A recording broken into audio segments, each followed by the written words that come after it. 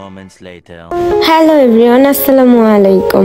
It's me ফাইজা খান। তো তোমরা দেখতেই পারতেছো আমি ছাতা নিয়ে আজকে বের হয়ে গেছি ভিডিও করার জন্য, কারণ হচ্ছে বাইরে প্রচুর রোদ ছিল। আর আমরা যারা ভিডিও করি তাদের জন্য তো ঝড় বৃষ্টি রোদ কিছুই নাই, যে কোনো সময় ভিডিও করতে হবে। আর আজকে আমি যেখানে ভিডিও করতে আসছি, আমি প্রায় এখানে আগে ভিডিও করতাম, বাট অনেকদিন যাবত ভিডিও করা হয় না। তবে আজকে চলে এসেছি এই জায়গায় আবার ভিডিও করতে। তবে আমাদের বাসাটা কিন্তু একটু গ্রাম সাইডে পড়ছে, গ্রামও বলা যায় আবার শহরও বলা যায়, কারণ কোনো কিছুর জন্য বেশ দূরে যেতে হয় না, বাসা থেকে বের হলে সব পাওয়া যায় হাতের কাছে। ওয়েদারটা একটু গরম ঠান্ডা ছিল আর এত সুন্দর ছিল যা বলে বোঝাতে পারবো না। আর আকাশটাও অনেক মেঘলা মেঘলা সুন্দর ছিল। আমার কিন্তু আকাশ অনেক পছন্দ। আমার যখন মন খারাপ থাকে আমি তখন আকাশ দেখি, আকাশ দেখলে আমার মন ভালো হয়ে যায়।